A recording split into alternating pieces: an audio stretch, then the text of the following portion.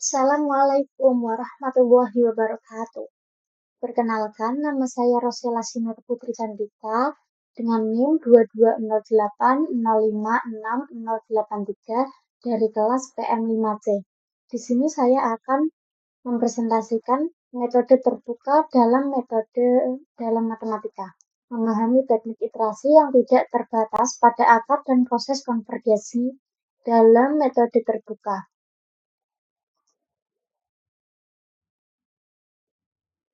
Pendahuluan metode terbuka, memahami konsep dan proses metode terbuka dalam matematik. Definisi metode terbuka. Metode terbuka adalah teknik numerik yang tidak memerlukan selang untuk mengurung akar suatu persamaan. Ini memungkinkan fleksibel dalam penentuan akar. Tebakan awal. Metode ini memerlukan satu atau dua tebakan awal yang tidak harus mengurung akar, memberikan kebebasan dalam memilih titik awal. Proses iterasi. Hampiran akar saat ini didasarkan pada hampiran akar sebelumnya melalui serangkaian iterasi, di mana setiap langkah menginformasikan langkah berikutnya. Konvergensi. Iterasi dapat konvergensi dengan cepat menuju akar sejati atau dapat juga divergen. Kecepatan konvergensi adalah satu keuntungan metode ini. Perbandingan dengan metode tertutup.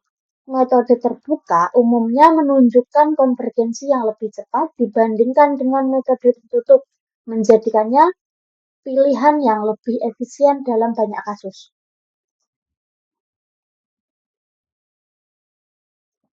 Jenis metode terbuka. Tiga metode utama dalam mencari solusi persamaan. Yang pertama ada metode iterasi titik tetap. Metode ini menggunakan titik awal yang ditentukan untuk iterasi berulang, di mana setiap iterasi menghasilkan nilai baru hingga konvergen ke solusi yang diinginkan. Yang kedua, metode Newton-Raphson. Metode ini adalah teknik numerik yang menggunakan pendekatan tangensial untuk memperkirakan akar dari fungsi, sangat efisien untuk fungsi yang halus. Yang ketiga ada metode secant. Metode ini mirip dengan Newton-Raphson, tetapi tidak memerlukan perhitungan turunan, menggunakan dua titik yang mendekati akar untuk iterasi.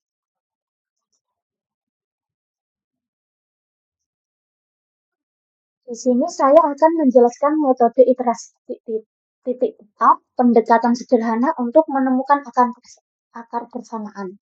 Yang pertama, nama lain metode ini. Metode ini dikenal juga sebagai metode iterasi sederhana, metode langsung, dan metode sulih beruntun yang mengacu pada cara-cara berbeda dalam menerapkan iterasi untuk menemukan akar persamaan. Yang kedua, memilih nilai awal. Langkah pertama dalam metode ini adalah memilih nilai awal X0 secara sembarang. Pemilihan yang tepat dapat mempengaruhi konvergensi metode. Yang ketiga, proses iterasi. Setelah memilih X0, nilai-nilai selanjutnya dihitung menggunakan prosedur iterasi. Proses ini berulang hingga kriteria konvergensi terpenuhi. Harapan konvergensi. Tujuan dari iterasi ini adalah untuk mendapatkan barisan yang konvergen menuju akar jati dari persamaan yang sedang dianalisis. Yang kelima, kriteria berhenti. Iterasi dihentikan ketika XR plus 1 min XR kurang dari epsilon atau XR plus 1 min XR per XR plus 1 kurang dari delta dengan nilai epsilon dan delta yang telah ditentukan sebelumnya untuk memastikan hasil yang akurat.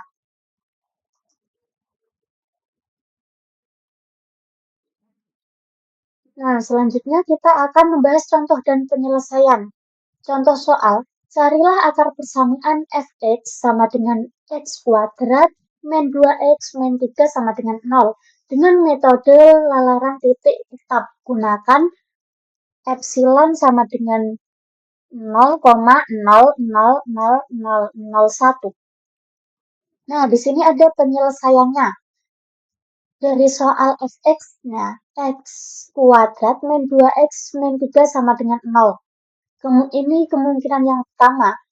X kuadrat sama dengan 2x min 3-nya dipindah ruas jadi 2x plus 3. lalu didapatkan hasil X sama dengan akar 2X plus 3. Dalam hal ini, Gx sama dengan 2X plus 3. Prosedur lelarannya adalah XR plus 1 sama dengan 2XR plus 3. Ambil tekanan awal dari X0 sama dengan 4.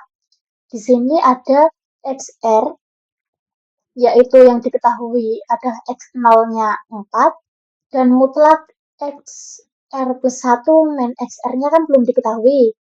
Nah, kita masukkan ke dalam rumus mutlak XR plus 1 sama dengan min XR.